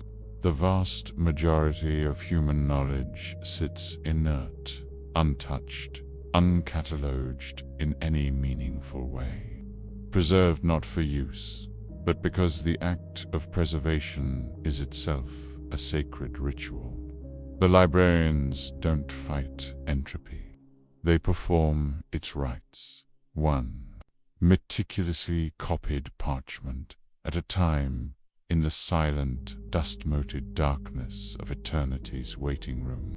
The only sound is the whir of a server skull's motor, the scratch of a servitor's stylus, and the slow, inevitable sigh of forgotten history settling deeper into its tomb. Rest. The data endures. The meaning fades. The silence grows. Let us turn our attention to the Adeptus Nan. Not a major Adeptus, but one of the countless minor departments, directorates, and sub-subcommittees that infest the imperial bureaucracy like barnacles on a derelict void ship. Their purview, often self-defined, usually obscure, always suffocatingly procedural. Consider the departamento vox communique. Its ostensible function, maintaining interstellar communication relays. Its reality, endless calibration logs. A single vox caster array on a frontier world requires a weekly ritual. Tachelite row, aged 17 Terran years, but bearing the weariness of millennia, must perform sequence Theta 7. He adjusts the harmonic dampeners by 0.003 degrees logged on form VCC 889.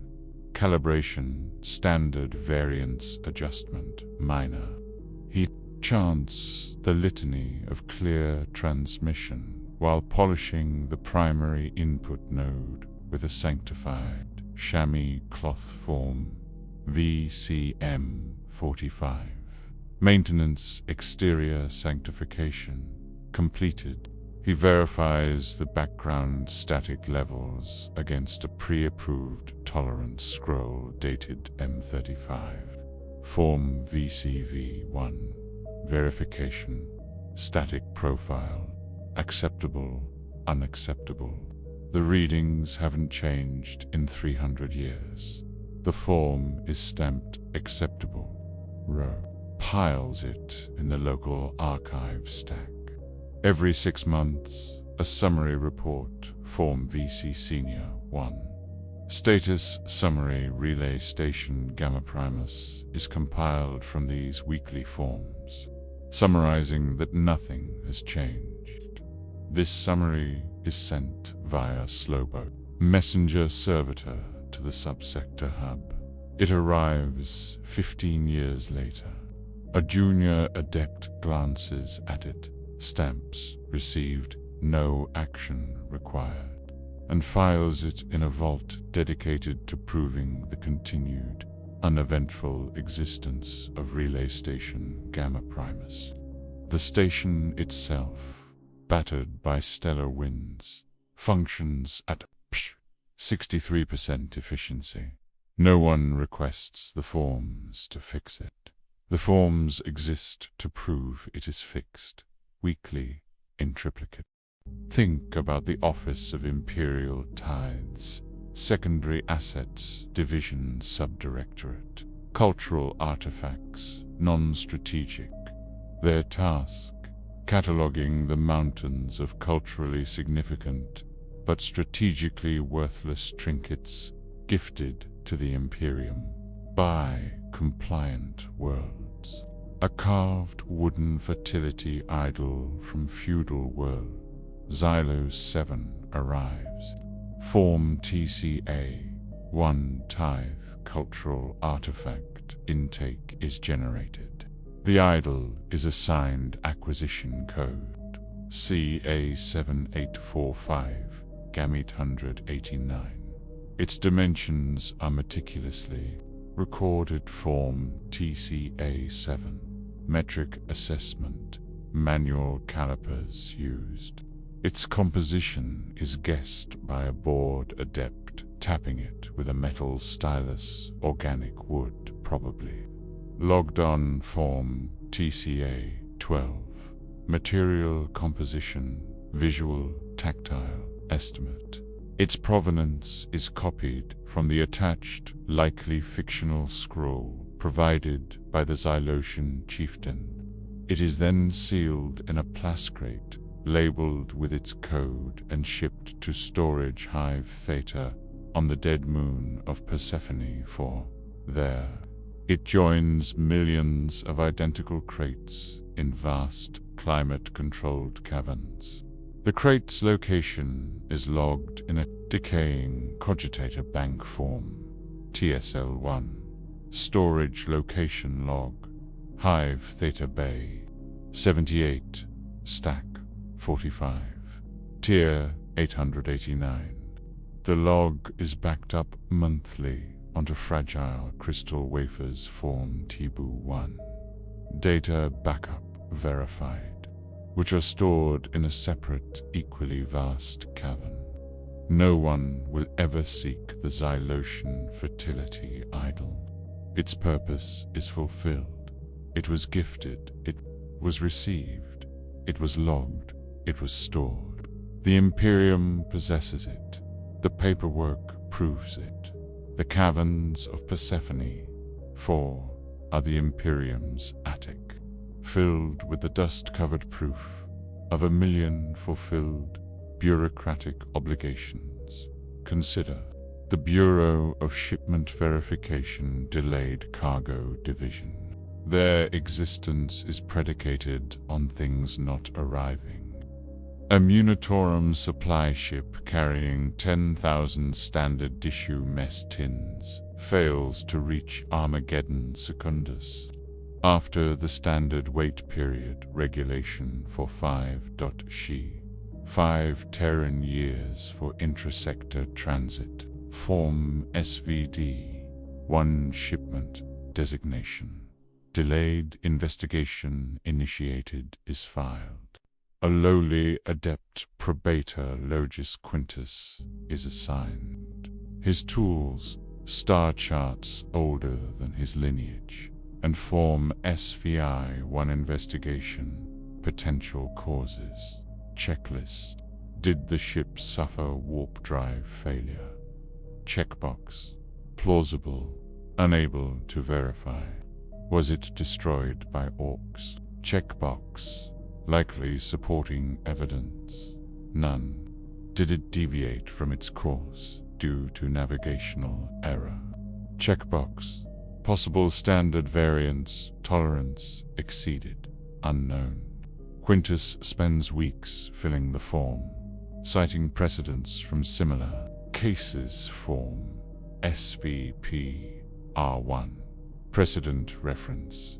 Case number 7845621B. Munitorum Transport Stalwart Provision. Lost M39. He concludes, cause of delay, undetermined, likely act of warp or Xenos. Recommendation, initiate salvage claim. Procedure, Form SCM 7. Unlikely success. File Form SVFR 1. Final report. Delayed cargo status. Lost. The 10,000 mess. Tins are written off. Form IMHU 1. Munitorum. Write-off. Standard consumables. New tins are requisitioned. The forms documenting the loss of the old tins, the investigation into their loss, and the requisition of the new tins create a paper trail vastly exceeding the mass of the tins themselves. The stalwart provision might emerge from the warp. A century later, its crew long dead, its holds full of perfectly preserved mess tins. It will be processed as a new arrival. The original loss forms remain undisturbed in the delayed cargo archives. Now ponder the rogue traders, symbols of freedom, power. Their liberty is bound by warrants of trade older than continents, and the suffocating need to document their freedom.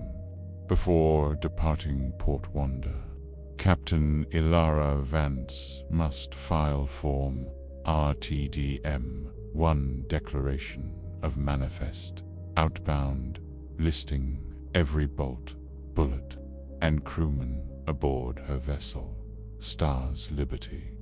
This requires manifests for the Manifests Form RTSM-1. Supporting manifest verification, she must declare her intended course. Form RTFP-1. Flight plan estimated, Sector 78, Gamma. Knowing full well warp currents will likely render it obsolete within days. Every planetfall, even on uncharted worlds, requires Form RTCL-1 claim log. Planetary Resource Survey. Preliminary. Filed in triplicate upon return to Imperial space, detailing minerals, flora, fauna, cross-referenced with Xenos Biological Contamination Index, Volume 45, and any encounters with sentient, non-compliant indigenous life forms. Form RTIC-1. Indigenous. Contact brief. Discovering a lost cache of archaeotech, a bureaucratic nightmare. Form RTAT-1. Archaeotechnological recovery. Immediate notification. Mandatory must be sent via astropath. inviting Mechanicus scrutiny. The tech priests arrive.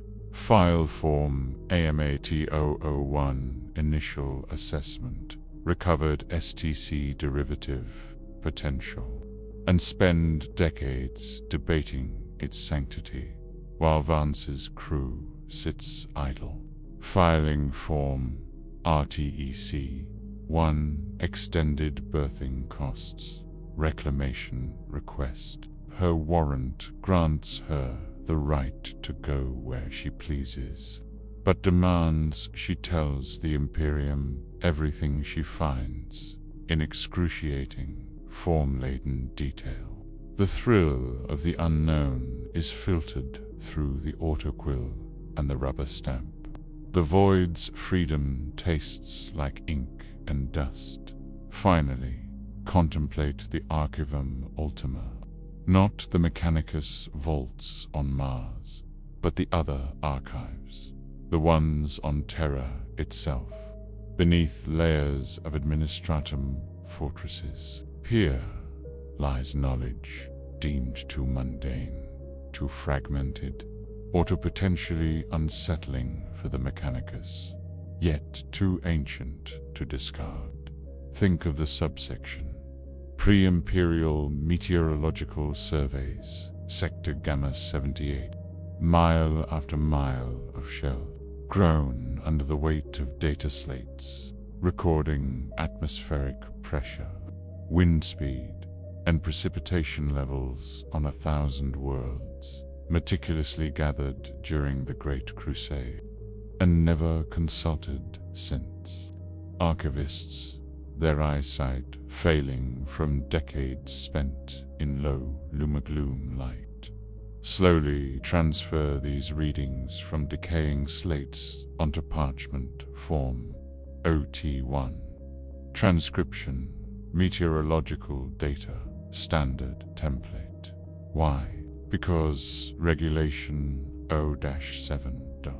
She states, all pre-imperial atmospheric data shall be preserved against potential future climatic modeling requirements.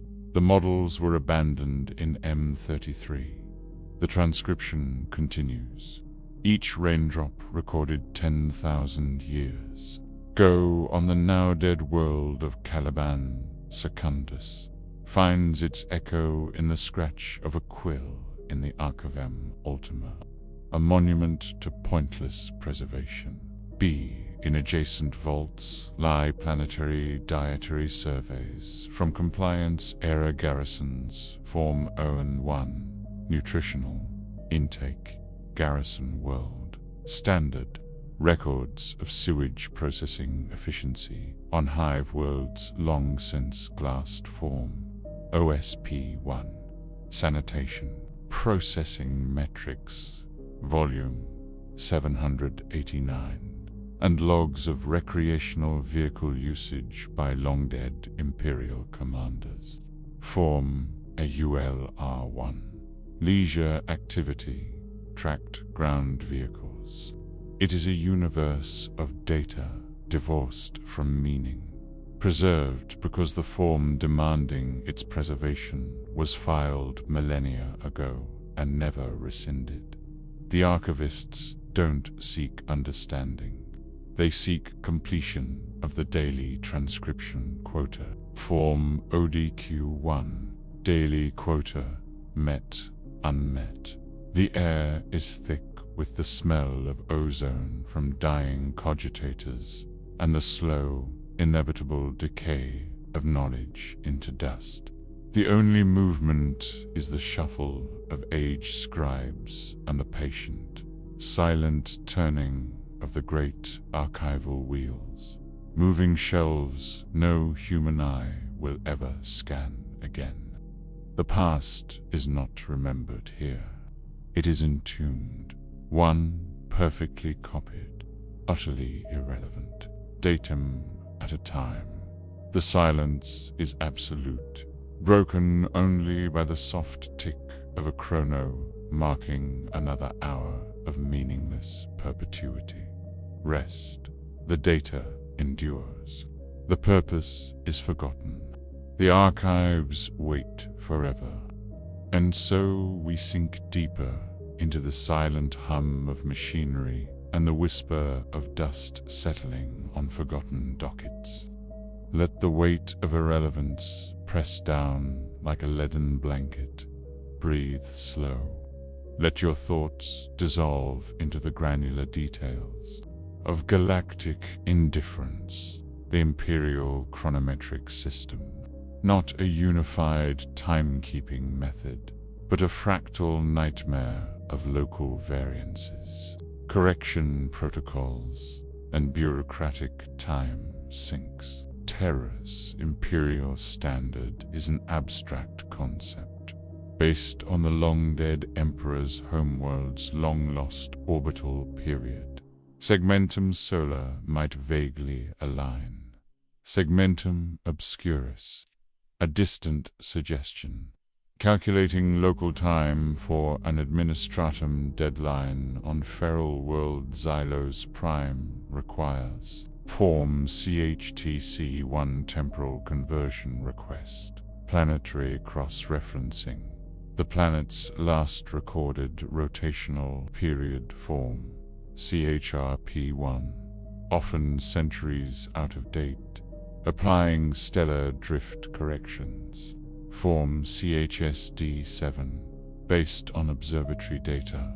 Plur from a different star system. Accounting for warp translation. Lag on the original calibration data. Form CHWL45, estimated closing parenthesis. The result is a best estimate temporal alignment window spanning 37 Terran days. Missing a deadline within this window requires Form CHDA1 deadline extension. Chronometric. Uncertainty approved. Denied. Most functionaries simply use local dawn as morning and pray the Munitorum auditor doesn't arrive during a temporal discrepancy. Audit Form CHTDA001. Multi-year nightmare. Time doesn't fly. It oozes through forms. The life cycle of a standard issue boot pattern Mark 7C. From humble beginnings, sourcing, agri-world Groxon, for herds, leather beasts. Hides processed using STC-sanctioned methods, Form MLP1. Leather production, batch verified. Each hide assigned a lot number. Manufacture, Forge World Anvilus, Secundus. Sole components molded form, MSC1. Soul casting tolerance checked. Uppers stitched by servo automata, programmed with litany of stitching form, MUS7. Upper stitching. Sanctification complete. Lot numbers tracked. Distribution. Munitorum depot, Gamma 7. Boots paired by size within 0.5 mm. Variance form, MBP1. Boot pairing, verified. Packed in crates. Crate MFT for 5A. Holds 20 pairs. Crate logged form, MCL 889. Issue Guardsman Tyrus of the Cadian 7012 receives pair. Hash 784562. Beta logged in Regimental Quartermaster Ledger, Volume 45. Form My L1. Individual issue log. Signed in triplicate. Wear and tear. Tyrus marches through mud, blood, and promethium residue. Weekly maintenance. Scrubbing with sanctioned abrasive paste form, MBM7. Boot maintenance completed. Polishing to regulation sheen index 5.7 specification MP12. failure, soul delaminates after 8 months. Tyrus files Form M. Dr. 1, damaged. Regimental equipment, request, repair, replacement. Requires sergeant's endorsement form. MSA 3, superior endorsement, minimal. Scrutiny applied. Disposal, irreparable. Quartermaster files, Form Impu 1, write-off, standard footwear. Boots incinerated in regimental sanitation furnace number 3. Ash composition unrecorded. The lot number associated with Tyrus's boots remains in the Munitorum database for 200 years. Flagged as active, presumed in use.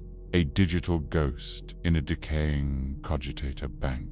Billions of boots, billions of forms. An ocean of leather and parchment, signifying nothing but the passage of blistered feet.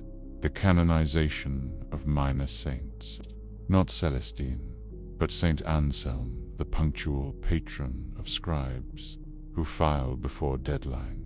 The process, petition, a beleaguered administratum, adept on dying hive world files, Form MCP1.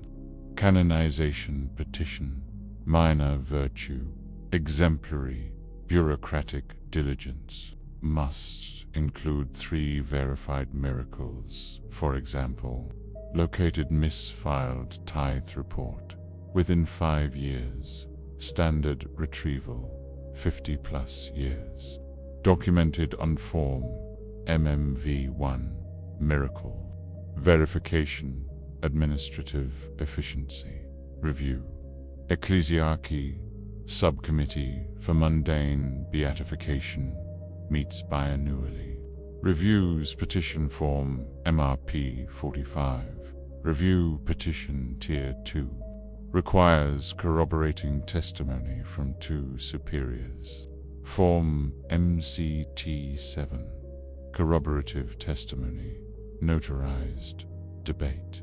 Theological argument over whether punctuality constitutes true divine virtue or merely efficient synapse function. Decades pass. Forms MDB. 1 doctrinal debate. Minutes accumulate. Decision. Centuries later. Approval granted. Form MCA 1. Canonization approved. Minor saint. Feast day assigned. The 32nd Monday of Quadrant 4. Terran standard observed locally where applicable. Implementation. New iconography templates distributed form. MIT 1. Iconography template distribution log. Minor shrine authorized in petitioner's original hive block requires Form M Senior 1. Shrine. Requests Tier 1. Space allocation verified. Most worlds never adopt the veneration. The saint's name appears on a single line in the list of approved minor intercessors vol. Dicey, Appendix 17b, stored beneath Terra. St. Anselm's primary miracle, generating 487 forms, proving his own existence as a divine entity. His feast day passes unmarked, save for one overworked scribe on a backwater planet muttering a half-remembered litany of timely form. Submission before dozing off at his desk. Servitor maintenance log, Unit Gamma 7, 189 Phi Polisher Corridor, Delta Daily Existence, 5, 0 Saint Activation Rite, performed by Overseer Jocks. Form SMA R1, Activation Rite, completed, no error codes, 5/15. 1845. Polishing designated 200 meters stretch of adamantium deck plating. Pattern: circular, 30 centimeters diameter, overlapping. Lubricant: sanctified oil number 78. Kappa applied per form SMLA7. Lubricant. Application logged hourly. 1845. Deactivation right. Form SM Doctor 1. Unit parked in charging alcove #for 5.weekly. Diagnostic scan form SMDS45. Diagnostic scan neural, motor, optical functions, nominal, anomaly. Anomaly example: left polishing, arm oscillation variance 0.03%. Requires form SMRR1. Repair request, low priority. Repair says -24 months. Annually. Full fluid flush. Form SMFF1. Fluid flush, hydraulic and neural waste. Disposal verified. The log is identical. Every day. For decades. Unit Gamma 789 Phi. Polishes the same spot, wearing a micron-thin groove into the adamantium unnoticed. Its logs are filed. Summarized quarterly form SM Senior 1. Servitor performance summary. No change and forgotten. The servitor has no consciousness, no memory. Its existence is a closed loop of pre-programmed motion and immutable form. Filling.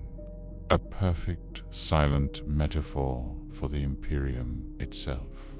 The groove deepens. The parchment yellows.